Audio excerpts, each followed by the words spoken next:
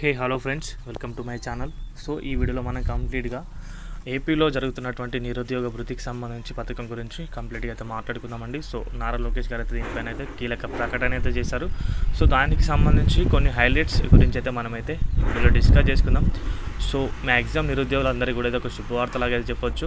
So దీనికి సంబంధించి video అయితే స్కిప్ చేయకుండా లాస్ట్ వరకు అయితే చూడండి గైస్. మన ఛానల్కి ఎవరైనా కొత్తగా వచ్చింటే తప్పకుండా సబ్స్క్రైబ్ అయితే చేసుకోండి. సో లేటెస్ట్ అప్డేట్స్ అనేవి మన ఛానల్లో అందుబాటులో ఉంటాయి. సో ఇక్కడ చూసుకుంటే కనుక ఫస్ట్ హైలైట్స్లో చూసుకుంటే ప్రతి నెల రూపాయలు 3,000 అయితే ఇస్తారు. సో ఏడాదికి మొత్తం 36,000 రూపాయలు అయితే జమ చేయడం అయితే జరుగుతుంది. నిరుద్యోగుల గురించి అయితే నేను చెప్తున్నాను. అంటే స్టైఫండ్ లాగా అని అనుకోవచ్చు.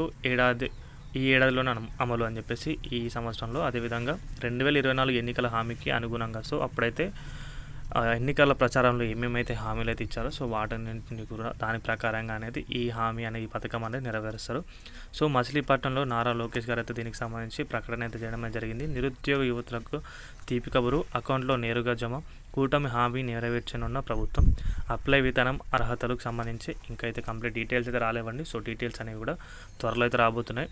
సో వచ్చిన తర్వాత కూడా దానిపైన అయితే కంప్లీట్గా వీడియో చేద్దాం. ప్రభుత్వ నోటిఫికేషన్ కోసం వేచి చూడాలి. సో తప్పకుండా వెయిట్ చేయాల్సిందే, ఎందుకంటే కంప్లీట్గా దానికి సంబంధించిన నోటిఫికేషన్ వచ్చినప్పుడే మీరైతే అప్లికేషన్స్ అయితే పెట్టుకోవచ్చు. సో దానికి సంబంధించిన రిక్వైర్డ్ డాక్యుమెంట్స్ గురించి చూసుకుంటే కనుక అవసరమైన పత్రాలు వచ్చేసి ఆధార్ కార్డ్, మొబైల్ లింక్ అయితే ఉండాలి, బ్యాంక్ అకౌంట్, ఆధార్ లింక్ అయితే ఉండాలి.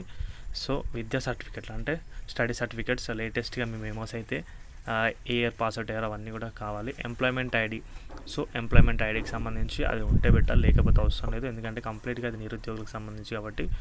సో అదేవిధంగా ఫోన్ నంబర్, రేషన్ కార్డ్, కుటుంబ ఆదాయ ధృవీకరణ, ఇన్కమ్ సర్టిఫికేట్ అండ్ చిరునామా రుజువు పత్రం, రెసిడెంట్ సర్టిఫికేట్ అయితే మీ దగ్గర అయితే ఉంటే మీరైతే అప్లికేషన్ అయితే పెట్టుకోవచ్చు. సో దీనికి సంబంధించి కొన్ని ఎలిజిబిలిటీ క్రైటీరియా అయితే ఉంది కొంత.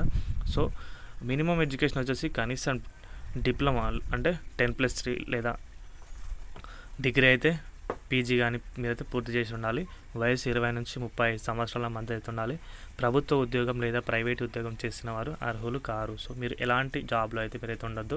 అదేవిధంగా మీ పైన ఎలాంటి యూఏఎన్ నంబర్ కానీ దీనికి సంబంధించి మన పిఎఫ్కి సంబంధించి ఇది కూడా ఉండదు, ఎందుకంటే మీ కంప్లీట్ డీటెయిల్స్ అనేవి కూడా చూపిస్తుంది కాబట్టి. అండ్ ఈపీఎఫ్ అకౌంట్ లేని వారికి మాత్రమే. సో నేను చెప్తున్నాను పిఎఫ్ అకౌంట్ అయితే లేకుండా ఉండాలి. కుటుంబానికి 5 ఎకరాల కన్నా తక్కువ భూమి ఉండాలి. సో 5 acres కంటే భూమి తక్కువగా ఉన్నవారు మాత్రమే అర్హులు.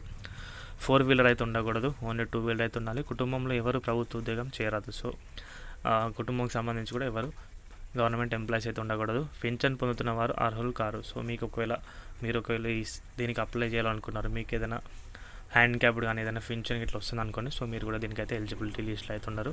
సో కంప్లీట్గా ఇది గైస్ వీడియో అయితే ఇవి దీనికి సంబంధించిన documents required eligibility criteria. So complete information అయితే. సో వీడియో నచ్చితే వీడియోకి అయితే ఒక లైక్ చేయండి. మన ఛానల్కి ఎవరైనా కొత్తగా వచ్చింటే సబ్స్క్రైబ్ అయితే చేసుకోండి. థ్యాంక్స్ ఫర్ వాచింగ్ అందరికీ. బాయ్.